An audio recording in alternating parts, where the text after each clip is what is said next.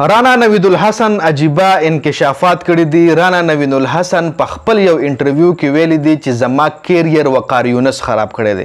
وقار یونس باندې ډیرو کلاړیانو الزام لګولی دی چې زموږ د کیریئر د ډسټرکشن وجه وقار یونس دی. محمد عامر په هم دا الزام لګولی، احمد شهداد د طرف هم په وقار یونس دا الزامات لګېدلي دي، د مکمل د طرف هم په وقار یونس باندې دا الزام لګېدلی دی. اوس رانا نوید الحسن چې کوم دی دا د پاکستان یو ډیر ښه بالر تیر شوی، چونکې پیس ورسره دومره نو،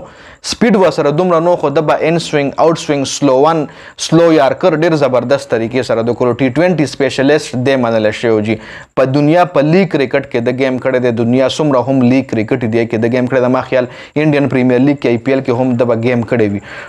د هغې شور نه یم، خو د دنیا لیگ کرکټو کې د گیم په دې وجه کړی د سکلز چې کوم ډیر مضبوط سکلز و د سره، ان سوینګ آوټ سوینګ سلو ون بال سلو ون باونسر یارکر ډیر زبردست طریقې سره به د کول. د بل ورځ یو انټرویو کې ویلي چې زما د کیریئر د ډسټرکشن، زما د کیریئر د تباهۍ وجه چې کومه ده هغه وقار یونس ده.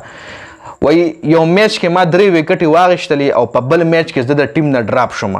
په بل میچ کې زه د پلینګ 11 نه ډراپ شوم. نو زه لاړم ما وقار یونس ته وویل، وقار یونس هغه ټایم کې کیو چې وایي ما وقار یونس ته وویل چې زه مو ولې ډراپ کړی، ما وله ډېر په انتهایي ادب سره وویل چې کوچ صاحب لکه زه مو ولې ډراپ کړی، ما څه داسې مسټیک کړی یا ما خو پرفارمنس هم ښه دی. وایي هغه ما له ویل چې د ټیم کپتان هغه ټایم کې یونس خان و، یس یونس خان و، هغه ما له ویل چې دا فیصله د یونس خان د یونس خان کپتان دی، هغه ډراپ کړی. وایي زه یونس خان به یې پسې لاړم، یونس خان ته وایي ما وویل چې کپتان صاحب څنګه شل یار د مو ولې د ټیم نه ډراپ کړم، ولې دې میچ کې مو زه کھلاو نه کړم، ما خو په تېر شوي میچ کې ډېر ښه پرفارمنس کړی، 3 وکټې مې ایشتلې وې، ډېر ښې کانې مې سره مې بالینګ کړی. نو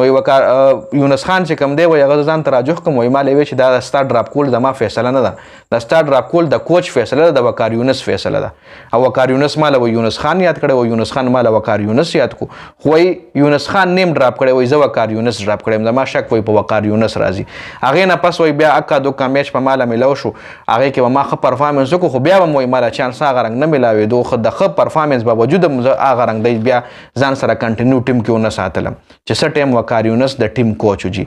نو ټول الزام چې کوم دی رانا نوید الحسن چې کوم دی هغه هم رانا نوید الحسن، نوید نه نوید الحسن، ډېر چې کوم کرکټ شایقین دی به پیژني، اوسنی چې کوم نوې کل کیدای شي دی د بالینګ نه وي کتلي، خو تیر شوي چې کوم د یونس خان د وخت لکه 2009 2010 پورې د ما خیال ټیم سره گیم کړی دی، 2011 ورلډ کپ کې دی بیا، نو 2011 نه پس وان دی بیا د ټیم نه ډراپ شوی دی جی، 2010 پورې د ما خیال دی ټیم سره یو ځای پاتې شوی دی.